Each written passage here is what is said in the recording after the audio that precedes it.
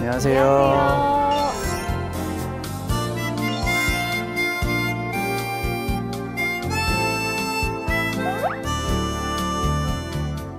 오늘의 게스트인가요? 뭐죠 이건? 저한테 또 뭔가 선물 같은 거 주시려는 거 아닐까요? 한번 열어볼까요, 먼저? 열어도 되나요? 예, 열어보셔도 돼요. 짠짠. 짠짠. 추석 때는 사실은 다들 모여서 좋긴 하지만은 듣기 싫은 좀 잔소리를 듣는 경향이 있죠. 그래서 추석에 듣기 싫은 말을 미리 저희가 준비를 해서 추석 잔소리 예방접종을 한번 맞아보기로 하겠습니다. 제일 많이 맞추시는 분한테 제작진 분들께서 선물과 그 독점 샷건을 선물로 주신다고 하시네요. 뭐 하나씩 얘기해 보실까요? 그럼 저는 언제 결혼할래? 언제 결혼할래? 전 취업은 했니? 저는 그러면 왜 혼자 왔니? 아, 왜 혼자 왔니로 할게요. 한번 3위부터 열어볼까요? 오, 오, 저축은 좀 해뒀니? 2위. 연봉. 오, 연봉 얼마나 받지? 지금 저희 셋 중에 둘은 틀린 거예요. 다 틀렸어요, 저는. 결혼은 언제쯤 할 거니? 일등이네요. 뚜루뚜루뚜루뚜루뚜루뚜루뚜루 빠바밤 뚜루뚜루뚜루뚜루뚜루뚜루 빠바밤. 단독 샷은 역시 제가 하는 걸로. 오, 무거워요. 전 무거운 걸 좋아합니다. 네, 여기. 항상 저만 1등 하는 것 같아서 다른 두 분의 변호사님들한테 죄송하다는 생각이 드네요. 하지만 어쩔 수 없는 것 같습니다. 청출어람이라고 낭중지출이 아니겠습니까? 아내분께서 좋아하실 것 같습니다. 그럼 오늘 그 게스트 변호사님 한번 초대해 보도록 하죠. 강효은 변호사님 나와주세요. 네, 안녕하세요. 안녕하세요.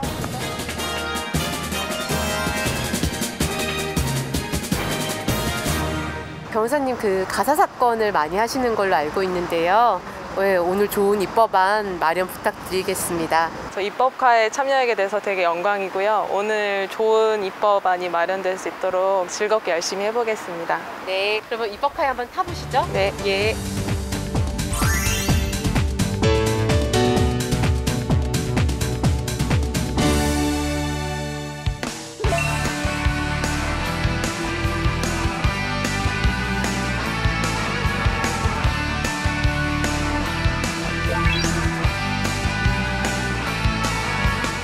역시 소독 중요하죠. 안전하게.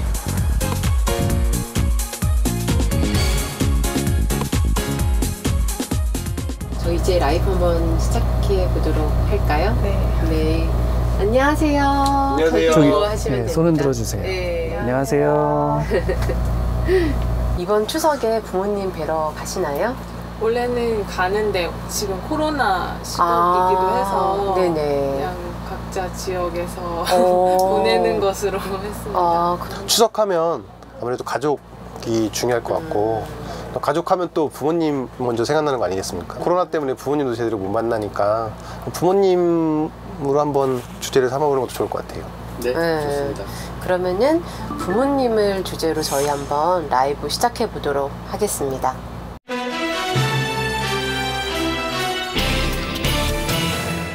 첫 글이 올라왔는데요. 부모라는 이름만 들어도 마음이 찡하네요. 세상에 좋은 부모 말고 나쁜 부모도 많아요. 이렇게 말씀하시는 분들이 계세요. 아동학대를 하는 부모도 양육수당을 받을 수 있다는데 그게 사실인가요? 라고 물어봐 주셨어요. 창녕 아동학대 사건이 있었는데요. 그 계부와 친모가 피해 아동 포함해서 4명의 아동에 대해서 아동수당 및 양육수당으로 총 90만 원씩 매월 받아왔던 것이 이제 밝혀져서 많은 국민들이 분노를 한 사건이 있었습니다. 현재 아동수당법에 의하면 아동학대 행위가 밝혀졌을 경우에 아동수당 지급을 중단할 수는 있지만 지금까지 받아온 수당을 모두 환수하는 규정은 없거든요. 잔혹하게 아이를 학대한 부모에게 양육수당을 주는 것이 합당한가, 취지에 안 맞는다라는 지적이 많이 있습니다. 아동수당이 굉장히 필요한 제도 같긴 하거든요. 저도 애기 2명을 키워봤지만 아동수당이 그 어린 아이들 키울 때 굉장히 도움이 되고 그래서 유용하게 쓰이는데 또 아동학대에 또 소재가 된다고 하니까 또 마음이 너무 아프네요. 아이가 있으니까 무조건 국가가 아동수당을 준다 이것이 아니고 인식이 좀 전환돼서 국가가 아이를 건강하게 양육하는 부모에게 수당을 준다. 그것이 아동 수당이다 이런 인식으로 좀 전환되어야 될 것 같습니다. 네.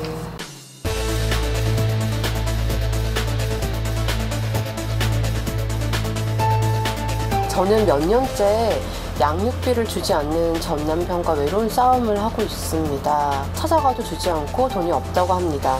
아이에게 책임을 다하지 않는 전 남편에게 양육비를 받을 수 있는 방안을 마련해 주세요.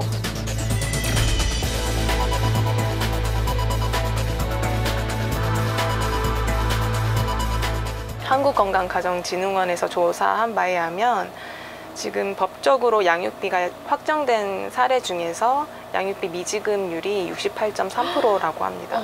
근데 양육비를 못 주는 건가요? 안 주는 건가요? 그거는 참 개개인마다 말씀드리기가 참 어려운 것 같아요. 본인 체감상으로 이제 못 주는 거라고 말씀을 하시긴 하지만 돈이 없어도 아이를 데리고 사시는 양육자는 없는 와중에도 계속 지출을 하고 있는 거잖아요. 양육비를 주는 것도 중요하지만 또 부모님과의 그 접촉이라든지 만남도 굉장히 중요할 것 같거든요. 사실은 양육비 지급과 면접교섭은 대가적인 관계가 있는 건 아닌데 마치 대가적인 느낌처럼 사실 당사자들한테는 다가오거든요. 그래서 어떤 분들은 뭐 한 달에 2번 면접 교섭인데 2번 중에 1번만 했으니까 예를 들어서 양육비가 월 30만 원이면 15만 원만 주시는 분도 계셨어요. 이분 사례가 저는 유독 마음에 좀 들어오는데 저희가 한번 만나뵈 보는 건 어떨까요? 특공대가 한번 찾아뵙는 건 어떨까 하는데 저희 뵈러 가도 될까요? 직접 오신다고 하시는데요. 여기까지 오신다고요? 네, 여기 국회입니다. 국회로 오시면 돼요. 네, 오신다고 하시네요. 한번 기다려보죠.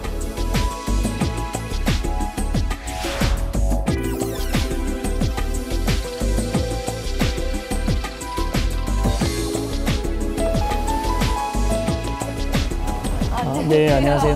혹시 라이브에 사연 주신 분이세요? 네. 고생하셨습니다. 네, 들어오세요.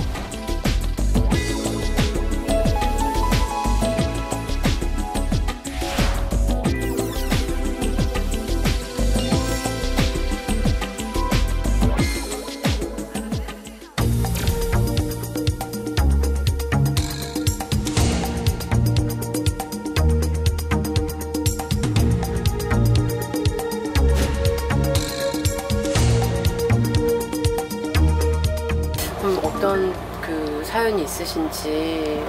이제 이혼하고 나서 양육비를 단 한 번도 지급받지 못했는데 현행법으로는 그 양육비를 지급받기가 조금 힘들어요. 그래서 양육비 법안이 꼭 통과되기를 바라는 이제 간절한 마음으로 오늘 여기 입법카에 찾아오게 되었습니다. 양육비를 안 주는 이유가 특별히 있나요? 이제 아마 양육비에 대한 잘못된 인식 때문일 거예요. 아이한테 가는 돈이 아니라 양육자한테 가는 돈이라고 생각을 하고 있어요. 그렇기 때문에 이제 양육자한테 준다라고 생각을 하니까 주기가 싫은 거죠. 혹시 남편분이 혼인 기간 동안 재산이 있으셨는데 이혼하시고 나서 이제 없어진 건가요? 혼인 전에도 이제 뭐 아파트, 빌라, 뭐 상가동이 있었고 고급 승용차도 있었고 했죠. 근데 이제 이후에 정말 다 무소유로 다 바꿔버렸더라고요. 자기 명의로 아무것도 없더라고요. 제가 이거 갖고 온 게 있는데요. 이제 판결문, 네, 이혼 판결문이에요. 이거는 이혼을 하게 된 거는 이제 상대방의 이제 지독한 가정 폭력 때문에 이혼을 하게 됐었고요.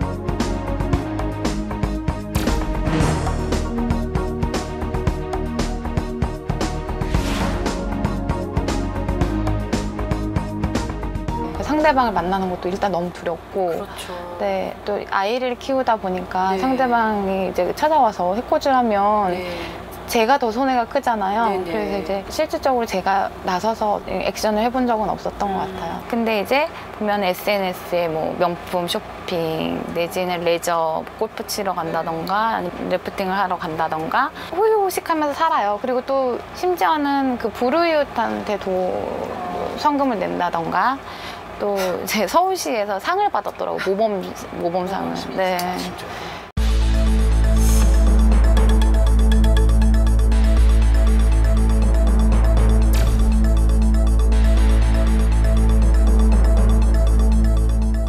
시장에도 이제 찾아가서 일하는 데도 찾아갔었어요. 근데 찾아간 현장에는 이제 소방서장도 있었고 소방대원들도 있었고 하니까 폭력이 일어날 거라고 생각을 못 했어요.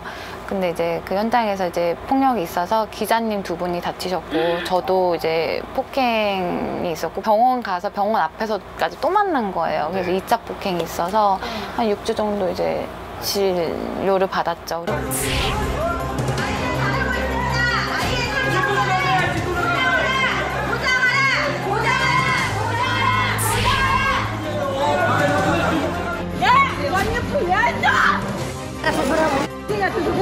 너 가족폭력범이다!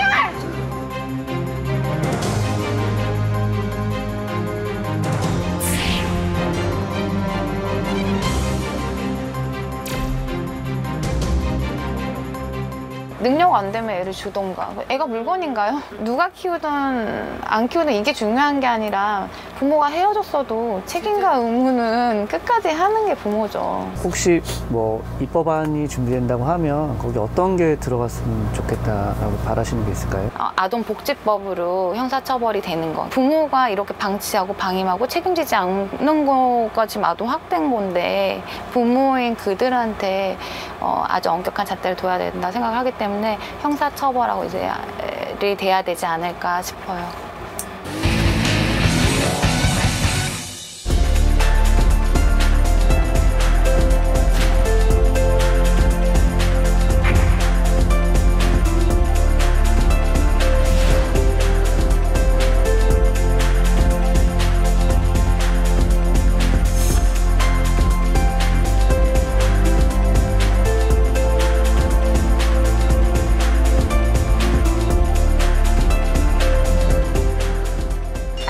반갑습니다. 이다도스입니다. 네.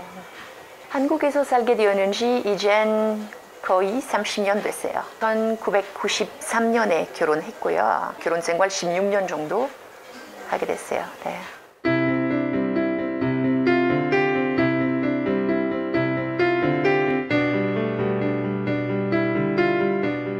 이혼했는 지 10년, 양육비 이행 원적으로 접수하게 되었는 지 5년 됐어요. 양육비를 받아본 적 없습니다. 네. 1억 전 얼마 양육비이 지급돼 있어요. 네. 편지 통보가 되잖아요. 마지막 주소 우리 시어머니 주소였어요. 그럼 거기서 이렇게 보내면 아무도 받지도 않았어요. 아기 아빠가 알고 보니까 2015년부터 베트남에 갔다 갔다 하다가 2016년에 다 여기서 정리해서 아예 돌아갔어요. 봄에 기각됐어요. 봄 정도 기각됐고 많이 실망하고 있었는데 너무너무 미안하지만 우리가 법이 이 상태라면 아무 다른 거 할 수 없어요. 미안합니다.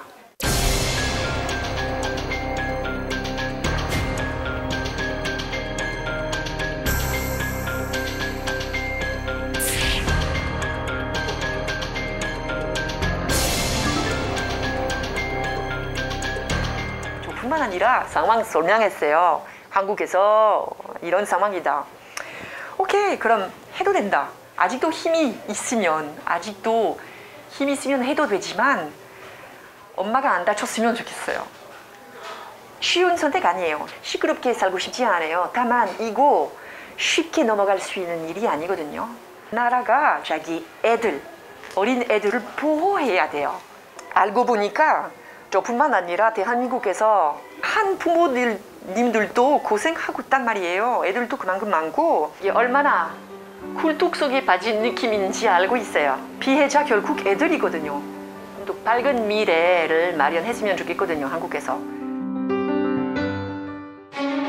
양육비 이행관리원은 법률 상담부터 양육비 지급 뒤 모니터링까지 모든 절차를 지원하고 있습니다.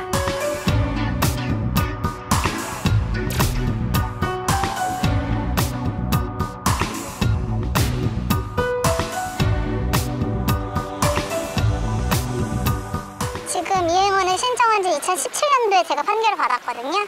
그러면은 3년 정도 됐네요. 이행원에서 양육비 판결을 받고 하나도 지금 못 받았어요. 지금까지. 이행원에 신청을 했다 해도 그게 이제 강제적인 효력이 없기 때문에 받을 수 있는 부분이 없어요. 줘야 주는 거지.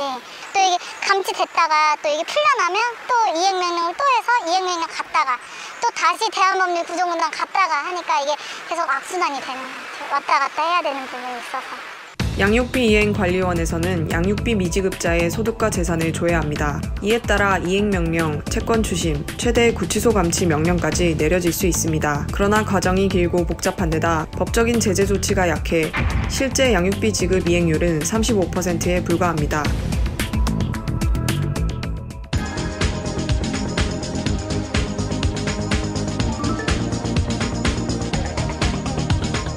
양육비 채무자분들이 법률 상담을 통해서 알게 되셔서 다른 사람 명의로 재산을 빼돌리는 경우가 굉장히 많이 있고요. 저희가 강제 집행이 어렵다 보니까 간접 강제의 방법인 이행명령이랑 감치명령 신청을 하고 있습니다. 근데 이것도 법원 서류를 송달받지 않으면 회피할 수 있다는 것을 알게 되신 양육비 채무자분들이 법원 서류 송달을 잘 받지 않으셔서 소송 진행하는 데 있어서 어려움을 겪고 있고 실제로 재판부에서도 기각 결정이 좀 종종 나오고 있는 상황입니다. 무엇보다 처음 단계에서 저희가 양육비 채무자의 소득 재산을 조사할 수 있는 권한이 있다면 이런 부분들이 해소될 수 있을 것 같습니다.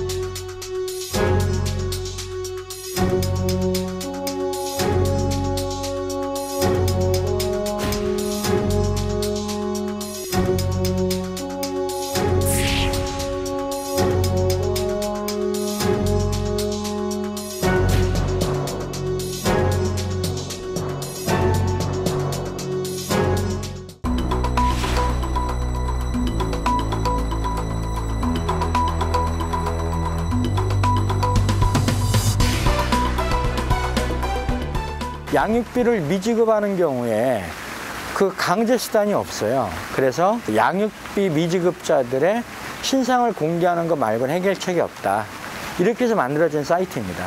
지금 현재 신상이 공개되어 있는 거는 약 300명 정도가 공개가 되어 있습니다. 상대방에게 미리 사전 통보를 합니다.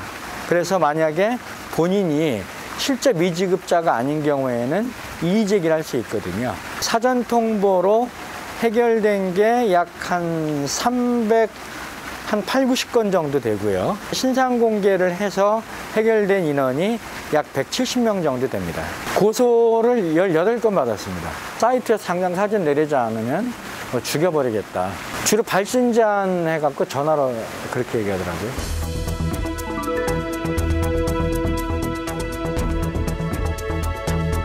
아동의 생존권과 무책임한 부모의 명예, 두 가지 가치가 좀 충돌한 거잖아요. 그죠? 이 재판이.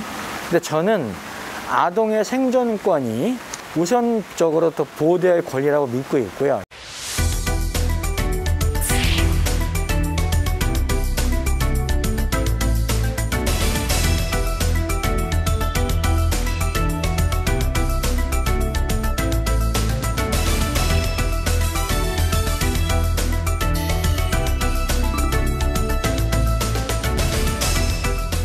정당한 이유 없이 이제 양육비를 지급하지 아니하는 사람에게 이제 첫 번째는 출국 금지를 하고요.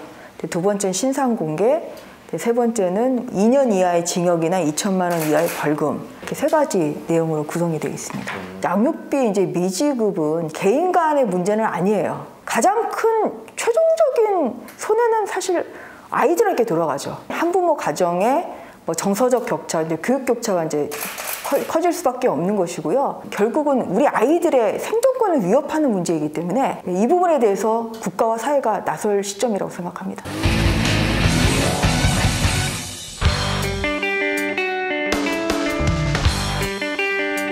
재산을 은닉해버리거나 숨기거나 못 찾게 해버리면은 현실적으로 피부에 와닿는 방법이 없는 거잖아요. 네. 비양육자가 의도적으로 아예 작정을 하고 자신의 재산, 소득을 다 은닉하면 현재 법 하에서는 강제 집행을 할 수는 없습니다. 임금 같은 경우에는 뭐 최단금 제도라는 게 있어서 회사가 망하거나 그럴 경우는 이제 국가에서 미리 지불해 주잖아요.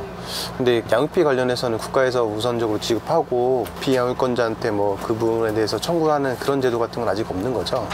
한시적 양육비 긴급 지원을 한 경우에는 긴급 지원한 금액의 만큼을 비양육자에게 구상권을 행사해서 추심할 수 있도록 하고 있고요. 그 양육자가 달라고 할 때는 잘 안 주시다가 소송을 걸어서 구상권 행사하면 바로 돈을 주시더라고요. 그거를 어떻게 좀 더 강화할 수 있는 방안은 없을까요? 국가가 채무자에 대한 정보를 더 직접적으로 이렇게 조사를 하고 관리를 해서 구상을 행사하면 되지 않을까. 미국, 프랑스, 독일 이런 경우에는 뭐 심지어 징역형까지 두어서 형사처벌을 강력하게 하고 있습니다. 그래서 미국은 특히 이제 주별마다 좀 다른데 경범죄로 규율하는 경우도 있고 또 중범죄로 구분하는 경우도 있고 심지어 많게는 14년형까지 미시간주에서는 징역형을 선고할 수도 있습니다. 근데 또 아이러니하게 이제 이걸 이제 형사적으로 문제로 삼게 되면 자칫 잘못하다가 이분이 교도소에 가게 되잖아요. 그러면 그 자기가 일을 해서 아이한테 양육비를 지급해야 되는데 오히려 교도소에 감으로 인해서 일을 못하게 되는 모순적인 상황이 발생하기도 되는 것 같아요. 그래서 이게 형사적으로 이제 처벌할 때는 굉장히 신중하게 처벌을 해야 될 것 같거든요. 봉사활동을 한다던가 아니면 그 일을 해서 그 중에서 일부에 대해서는 이제 아이한테 직접적으로 지급할 수 있는 방법의 제도가 생기면 좋겠다라는 생각이 좀 드네요.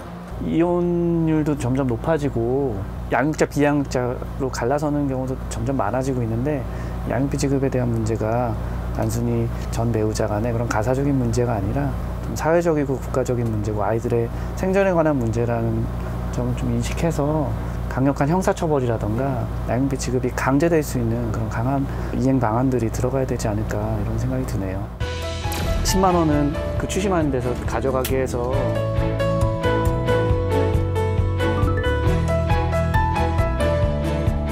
이번 입법안은 양육비를 주지 않는 것은 아이에 대한 생존권을 위협하는 문제니까요. 양육비를 받지 못하는 양육권자들을 위해서는 긴급 양육비 그리고 한부모 자녀들에 대해서는 지원할 수 있는 규정을 담았습니다. 저희가 정리된 법안을 국회에 잘 전달하도록 하겠습니다. 오늘 변호사님 정말 고생 많으셨습니다. 오늘 초대해 주셔서 감사합니다. 네, 감사합니다.